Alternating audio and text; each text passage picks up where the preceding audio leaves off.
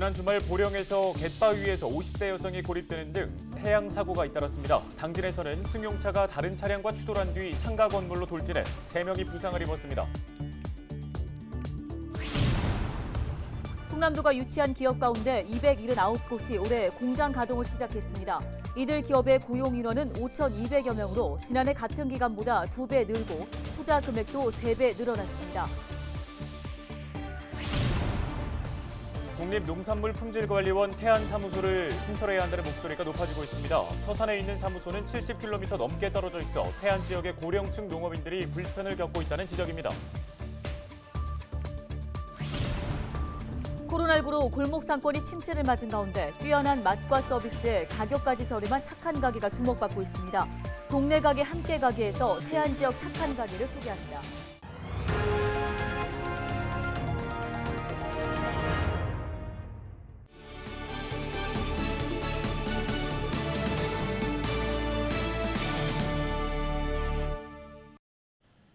시청자 여러분 안녕하십니까? 헬로티비 뉴스입니다. 네, 주말 사이에 충남에서 코로나19 확진자 34명이 발생했습니다. 신규 확진자 수는 15일 18명, 16일 16명입니다. 지역별로는 천안 17명, 아산 8명, 논산과 당진, 태안이 각 2명 등입니다. 이에 따라 충남의 전체 누적 확진자는 3,272명으로 늘었습니다. 16일 기준 코로나19 예방 백신 접종률은 1차 대상자가 58.3%, 2차 대상자는 18.5%를 기록했습니다. 현재까지 이상 반응 신고는 모두 1,090건입니다.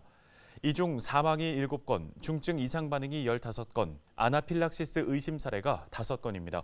나머지는 두통과 발열, 구토 등 경증 사례였습니다.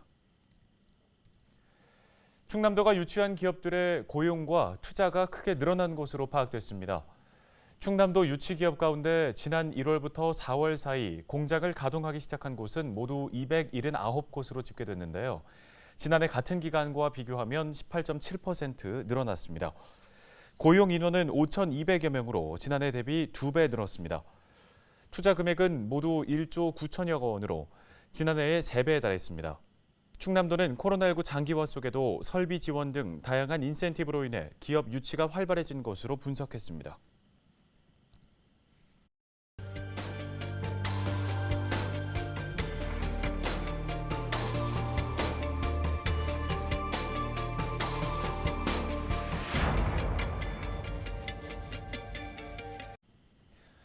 지난 주말 충남 서해안에서 갯바위 고립 등 해양 안전사고가 잇따랐습니다. 당진에서는 교통사고가 난 차량이 상가로 돌진했는데요. 네, 또 천안의 한 도서관에서 음란 행위를 내서 공분을 샀던 남성은 경찰에 구속됐습니다. 휴일 사건 사고 소식 정리했습니다. 정선영 기자입니다. 갯바위에 앉아있는 여성에게 구조대가 헤엄쳐 다가갑니다.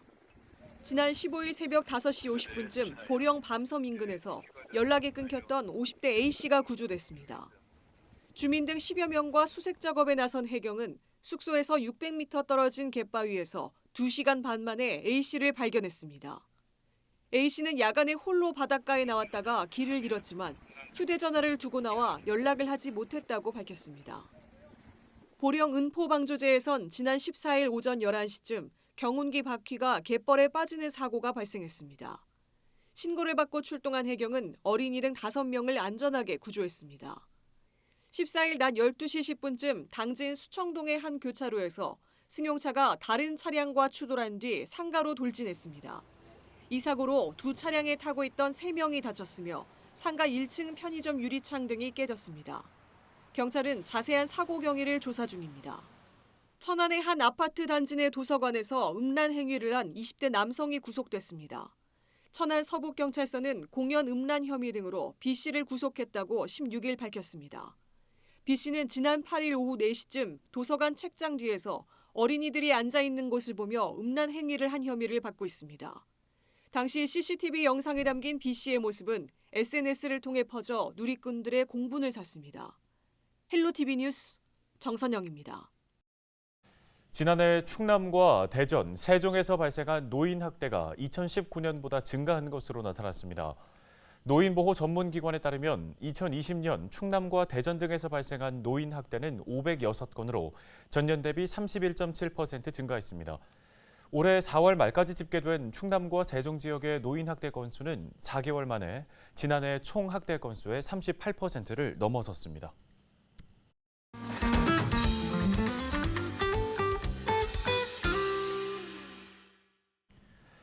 우리 지역 상권을 소개하고 소상공인을 만나보는 동네 가게, 함께 가게 순서입니다. 코로나19로 골목 상권이 침체를 겪고 있지만 한결같은 서비스와 가격을 유지하는 곳이 있는데요. 네, 바로 정부와 지자체가 지정한 착한 가격 업소입니다. 태안 지역의 이른바 착한 가게를 한범호 기자가 소개합니다. 자리 3개가 전부인 동네 미용실. 아침부터 머리를 하러 온 어르신들로 북적입니다. 한쪽에 붙어있는 버스 노선표는 태안 전역에서 손님이 모여든다는 걸 짐작케 합니다. 솜씨도 좋은데 가격까지 저렴해 한 번 오면 바로 단골이 됩니다. 우리 동네 몇 명 동네가 다 와요 여기로. 저 하는 거 보고 여기가 아주 집합 장소요. 미용사 윤정원 씨는 15년 동안 미용 봉사를 하다 가게를 차렸습니다. 여전히 봉사를 이어오고 있는 가운데 일반 손님에 비해 어르신들의 가격 부담은 더욱 낮췄습니다. 혼자 하니까 나갈 수가 없어갖고 이제 그분들이 오셔 우리 집에 머리 깎으러. 그러면 무료로 깎아드리고 커트는 5,000원씩밖에 안 받아요. 아주 미안해하고 감사하고 그러시는 분이 있는가 하면 그냥 당당하게 오시는 분도 있고 여러 가지지. 생선이 노릇하게 구워지고 있는 이곳도 문을 연 지 3년째 가격이 그대로입니다. 주인은 자신의 성격 때문이라는데 덕분에 손님들은 맛있는 한 끼를 기분 좋게 챙겨 먹습니다. 제 신조가 한번 처음에 시작할 때 그 가격에 끝나는 날까지 저는 가격을 올리지를 않는 그런 성품이에요. 그래가지고 좀 제가 작게 먹더라도 그냥 여러분들 싸게 이렇게 맛있게 드시게 하느라고 그냥 안 올리고 그냥 계속 하고 있어요. 약간 집 반찬 갖고 자기 모든 손님이 입에 다 맞대요. 엄마가 해주는 맛, 그 맛 같다고 그렇게 말씀하셔요. 시장 모퉁이에 위치한 이 식당은 칼국수 한 그릇에 4,000원을 받고 있습니다. 비결은 값싼 재료비. 집에서 기른 농작물을 사용해 맛과 가격을 동시에 사로잡았습니다. 재료비가 별로 다른 업소들보다는 덜 들어가죠. 농사 내가 진 거니까 야채값도 비싸잖아요. 근데 저는 이제 파며 배추고 이런 거를 다 거지반 하여튼 80%는 저희 가정에서 해다 먹어요. 시장 하신 분들 들려서 식사하시고 들려서 물이라도 드시고 커피라도 드시고 이렇게 쉬었다들 가시라고 이런 차원에서 그냥 조금 쌈짓하게 하고 있어요. 저렴한 가격과 양질의 서비스를 인정받은 태안 지역 착한 가격 업소는 14곳. 모두 엄격한 심사를 통과한 곳으로 홍보 안내판과 맞춤형 물품 등이 지원됩니다. 태안군은 지역 경제 활성화를 위해 착한 가게 확대에 나서고 있습니다. 실로모색을 할 수 있는 그런 실질적인 방안 중에 하나로 착한 가게를 운영을 하고 있다는 것인데요. 우리 함께 동참을 하면서 나간다고 하면은 이 코로나 팬데믹의 어떤 어려움을 타개할 수 있는 하나의 방법이 되지 않을까도 생각합니다. 주머니 사정이 여의치 않아도 맘 편히 들를 수 있는 착한 가게. 주민과 소상공인이 서로 버팀목이 돼주며 어려운 시기를 묵묵히 헤쳐나가고 있습니다. 헬로티비 뉴스 한보호입니다.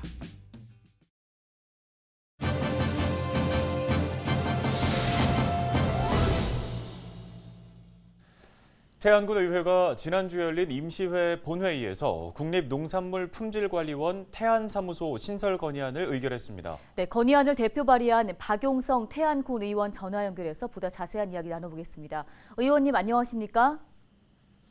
안녕하세요. 태안군의회 박용성 의원입니다.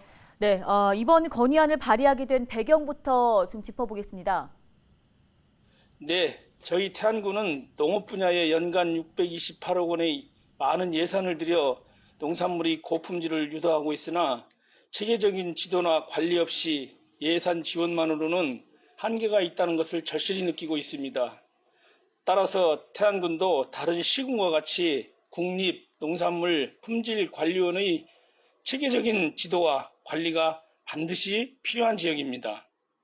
특히 농산물 안전성 조사, 농약 허용물질 목록 관리, 우수농산물 관리제도 등 안전한 먹거리 생산과 관련한 농작물의 재배 환경 관리와 농업의 정책적 행정적 지원 바탕인 경영체 등록 업무가 중요시되면서 농산물 품질관리원의 역할이 매우 중요하다고 봅니다.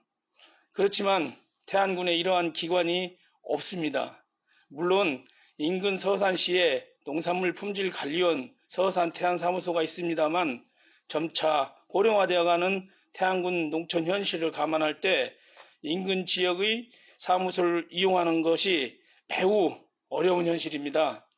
따라서 태안군에도 국립농산물 품질관리원 사무소가 반드시 신설되어야 하는 배경으로 봅니다. 네, 태안군 내에서 농업인들이 겪는 불편도 상당했을 것 같은데요. 어떻습니까? 예, 태안군의 농업인들도 고령화의 문턱을 넘지 못하고 있는 게 현실입니다. 젊은 농업인이라고 해야 50대가 모두 넘는 상태이고 60세 이상이 76%로 농업인의 절반에 가까운 인구수가 70세 이상의 고령 농업인입니다. 이러한 분들이 서산시 외곽에 있는 현재의 서산 태안 사무소를 방문하기 위해서는 4번의 버스를 갈아타고 하루 종일의 업무를 보고 있습니다. 가장 먼 곳의 거리가 무려 74km입니다. 많은 불편을 겪고 있습니다. 네, 그렇다면 이 농관원 태안 사무소 유치를 위해 군의회에서 따로 준비하고 있는 계획이 있다면 어떤 게 있을까요? 네, 이러한 태안군 농업인의 애로사항을 해결하기 위해 주무부처인 농림축산식품부의 여러 채널로 태안사무소 설치의 당위성을 피력했고 그 결과 지난 3월 31일 행정안전부에 신설에 필요한 조직 신설을 요청하기에 이르렀고 의회 차원으로도 행정안전부 장관께 건의서를 보내 유치에 적극 앞장서고 있으며 설립에 관계된 인허가와 예산을 적극 반영하고자 합니다. 또한 신설이 승인되면 신축 시까지 우리 군 소유의 건물을 활용해 일찍 오픈을 추진하려고 합니다. 네, 또 이 밖에도 어떤 지원들이 더 필요하다고 보십니까?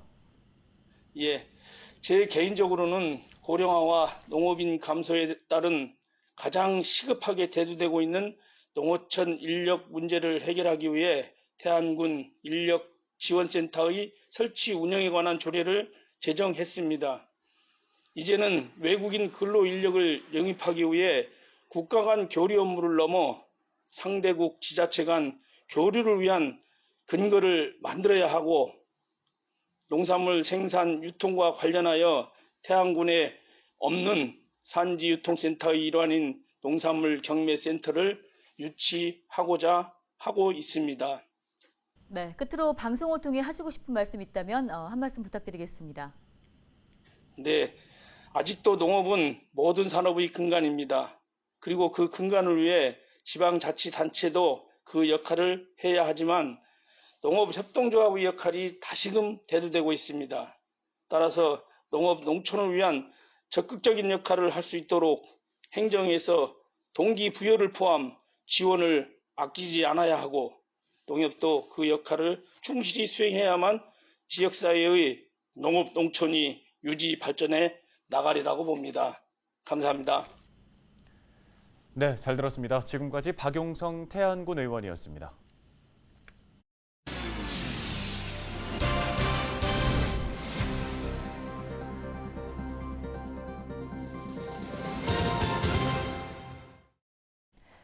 충남도가 9월까지 4개월 동안 여름철 폭염 대비 종합대책을 가동합니다. 먼저 실내외 무더위 쉼터 4,800여 곳을 지정하고 코로나19로 실내 무더위 쉼터 운영이 축소될 경우 야외 쉼터를 확대하기로 했습니다. 또 5만여 명의 재난도우미를 활용해 독거노인 등 취약계층의 건강 상태를 확인합니다. 이 밖에 폭염으로 전력 수요가 급증할 경우를 대비해 한전과 긴급 지원 체계를 구축하고 도내 횡단보도에 그늘막을 설치합니다. 당진시가 취약계층 정신질환자를 대상으로 1인당 연 최대 450만 원을 지원합니다. 지원 내용은 응급 입원 외래 치료비 등으로 정신과와 무관하거나 간병비와 보호자 식대 등은 제외됩니다. 지원을 희망하는 주민은 시보건소 정신건강복지센터로 관련 서류를 제출하면 됩니다. 이번 사업은 정신질환자의 치료 중단과 재입원 방지를 위해서 마련됐습니다.